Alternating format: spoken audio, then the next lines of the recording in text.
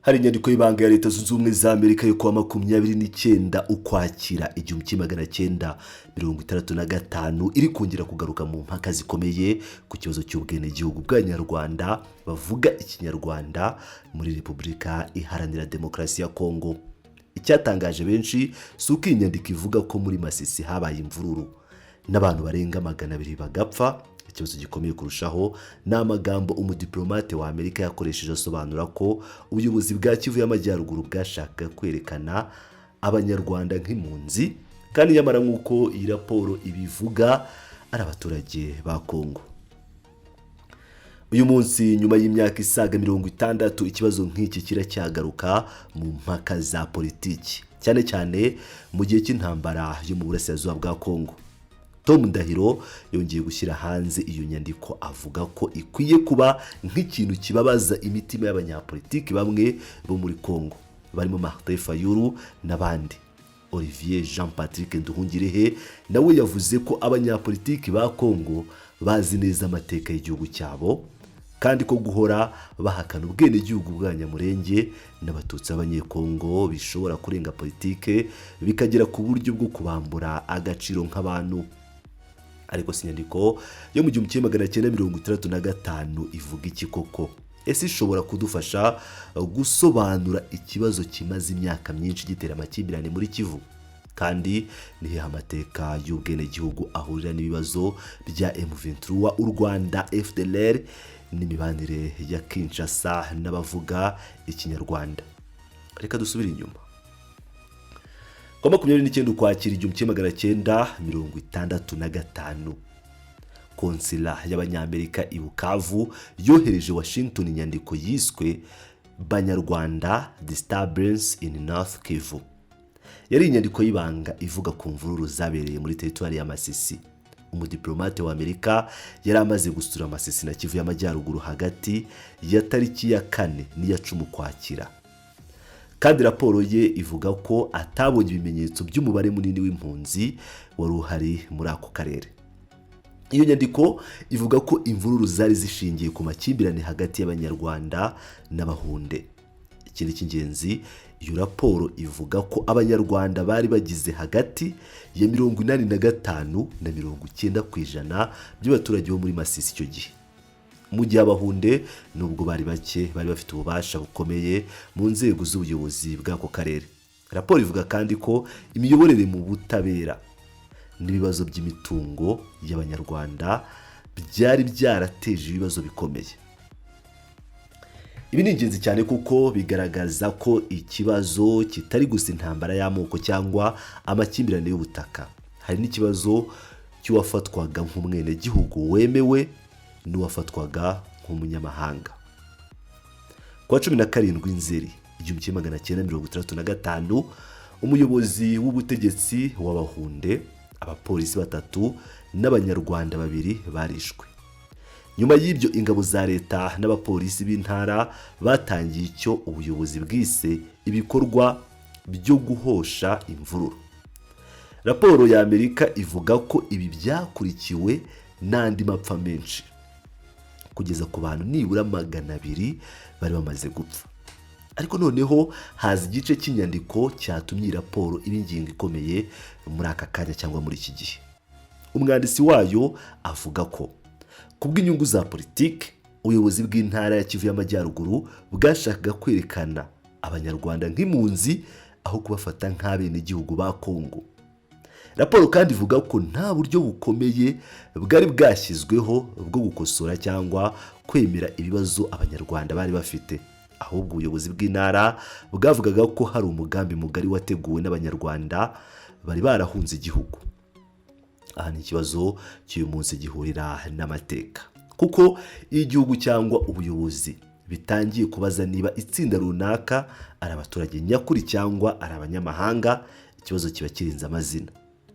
Kiba ikibazo cy'uburenganzira bwo gutora, gutunga umutungo, kwinjira mu buyobozi, kurindwa n'amategeko no gufatwa nk'uwuzuye mu gihugu. Amateka yakurikiyeho yerekana ko ikibazo cy'ubwenegihugu bw'Abanyarwanda muri Kongo kitahise kirangira nyuma y'1965.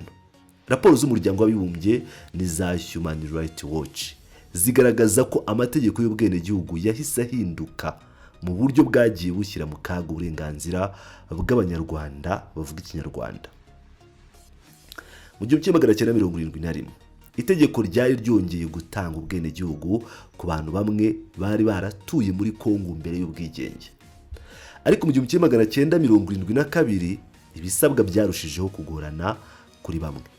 Hanyuma mu 1981 itegeko ryashyize imbere igipimo cy'amateka yabo mu muryango wabaga muri Zaire mbere y'1885, bituma igice kinini cy'abanyarwanda bavuga ikinyarwanda gihura n'ikibazo gikomeye cy'ubwenegihugu.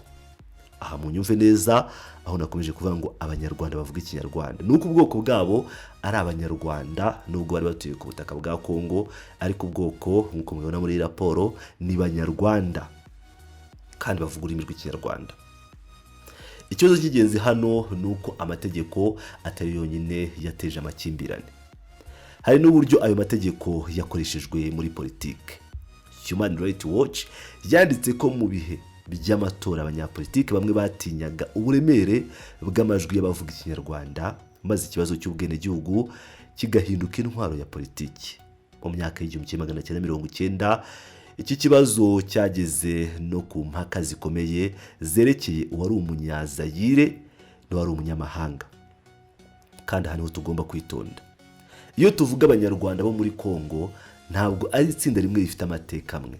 Hari abanyarwanda bo muri Kivu y'Amajyaruguru, harimo abahutu n'abatutsi bavuga ikinyarwanda, kandi hari abanyamurenge bo muri Kivu y'Amajyepfo bafite amateka yihariye.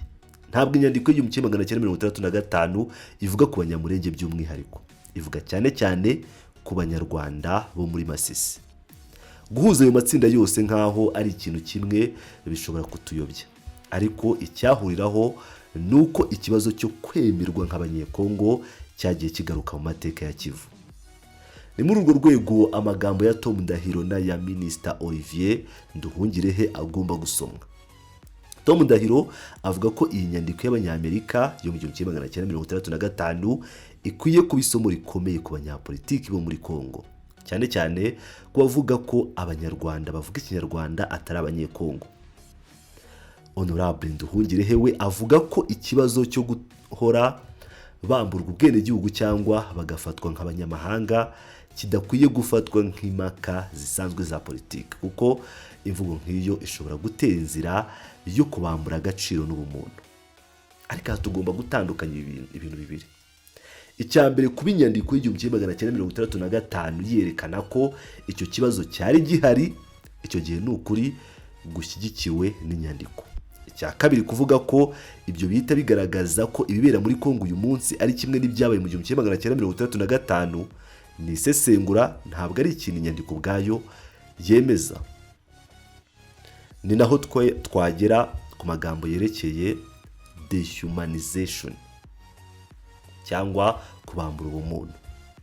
Gregory Stanton washinze Genocide Watch yashyizeho icyitegererezo cyitwa 10 Stages of Genocide. Muri icyo cyitegererezo icyiciro cya 4 ni dehumanization. Igitsinda ry'abantu ritangira kwamburwa ubumuntu, rikavugwa cyangwa rigafatwa nk'aho ritandukanye n'abandi mu buryo butuma ihohoterwa rirushaho koroha. Stanton ashimangira kandi ko ibi byiciro bitagenda mu murongo umwe, kandi ko kuba hari kimwe muri byo bitavuga ko jenoside byanze bikunze igiye kuba. Niyo mpamvu kuvuga ko buri mvugo yo guhembera urwango cyangwa kutemera ubwenegihugu ihita iba jenoside byaba ari ukurenza ku bimenyetso. Ariko nanone amateka twigisha ko imvugo zishingiye ku gukura itsinda runaka mu muryango w'abenegihugu zishobora guteza ingaruka zikomeye iyo zifatanyije n'ivangura, ihohoterwa n'ubutegetsi budakemura ibibazo. None se ibi bihuriye he na M23? M23 n'intambara yo mu burasirazuba bwa Kongo bifite impamvu nyinshi ziri mu mutekano, ubutegetsi, umutungo kamere nk'uko bamwe babivuga, umubano wa Kongo n'abaturanyi, ndetse n'ikibazo cy'imitwe yitwaje intwaro. Ku ruhande rwa M23 n'abayishyigikiye, ikibazo cyo kurinda abanyekongo bavuga ikinyarwanda cyane cyane abatutsi ni kimwe mu bisobanuro by'ingenzi by'impamvu bavuga ko bafashe intwaro. Ku ruhande rwa Kinshasa n'abandi babanenga, M23 ifatwa nk'umutwe w'inyeshyamba ufite inkunga y'u Rwanda. Ibyo ni ibintu bitandukanye cyane kandi ntibigomba kuvangwa. Ikindi kandi ikibazo cya FDLR nacyo kigira uruhare mu biganiro by'umutekano. Bityo ikibazo cy'ubwenegihugu ntigishobora gutandukanwa burundu n'ikibazo cy'umutekano wo ku mipaka. Ariko nanone ntigikwiye gukoreshwa mu gusobanura intambara yose nkaho ifite impamvu imwe gusa. Ikibazo rero ni iki? Ese nyuma y'imyaka irenga 60 Kongo yaba ikiri mu kibazo cya politike cyari cyanditswe n'umudiplomate wa Amerika mu 1965? Igisubizo gishobora kuba kirimo yego na oya. Yego kuko ikibazo cyo kumenya uwitwa umunyekongo cyane cyane ku bavuga ikinyarwanda cyakomeje kugaruka mu mategeko, mu matora no mu makimbirane ya Kivu. Inyandiko za UN n'iza Human Rights Watch zigaragaza ko ikibazo cy'ubwenegihugu cyabaye imwe mu nkomoko z'amakimbirane mu karere. Ariko oya kuko Kongo y'uyu munsi atari Kongo yo mu 1965. Hari ibisekuru bishya, amategeko mashya, intambara zitandukanye, M23, FDLR, uruhare rw'ibihugu bituranye n'inyungu mpuzamahanga. Nta muntu wakwemeza ko inyandiko imwe yo mu 1965 isobanura buri kintu kibera muri Kongo uyu munsi. Niba ikibazo gikomeje kutavugwaho rumwe, ikintu gikomeye ni uko ikibazo cy'ubwenegihugu kigomba gukemurwa mu buryo bw'amategeko kandi budaheza, aho gushingira ku moko cyangwa ku rurimi. Ikindi gishoboka ni uko niba imvugo zivangura zikomeje kwiyongera mu gihe intambara ikomeje, icyizere hagati y'amatsinda y'abaturage kizagenda kigabanuka kurushaho. Ariko kugeza ubu nta gihamya ihagije yatuma tuvuga ko inzira imwe y'amateka igomba byanze bikunze kurangira mu kindi cyiciro runaka cya jenoside. Iki ni inyandiko yo mu 1965 itwigisha kurusha ibindi nuko ibibazo bya Kivu atari ibintu byavutse ejo. Mbere yuko haba M23, mbere y'intambara zo muri 90 ndetse na mbere y'ibibazo bya FDLR, hari ikibazo cyari gisanzwe kibazwa: ninde wemerewe kwitwa umunyekongo kandi ninde ufite uburenganzira busesuye muri iki gihugu? Iyo icyo kibazo kidakemutse cyangwa kidakemuwe, amateka ashobora gukomeza kwigarura mu bundi buryo. Kandi uyu munsi inyandiko ishaje iri ku mpapuro z'umuhondo irongera kutwibutsa ikintu gikomeye: intambara ishobora gutangira ku mbunda, ariko akenshi amakimbirane maremare atangira mbere yaho, mu magambo, mu mategeko, mu ivangura no mu kwanga kwemera kundi muntu nawe ari umwenegihugu. Niyo mpamvu ikibazo kitari gusa kumenya niba iyi nyandiko y'1965 ari ukuri. Ikibazo gikomeye ni ukumenya niba amasomo yayo yarigishijwe, kuko niba amateka agaragaza ko ikibazo cyo kwambura umuntu ubwenegihugu gishobora kuvamo amakimbirane akomeye, ikibazo gisigaye ni kimwe gusa: Kongo y'uyu munsi izahitamo gukemura uyu murage w'amateka binyuze mu mategeko n'ibiganiro, cyangwa izongera gusiga iki kibazo mu maboko y'intambara n'ivangura. Aha ni amateka yo mu 1965 ahindukira akabera ikibazo cy'uyu munsi.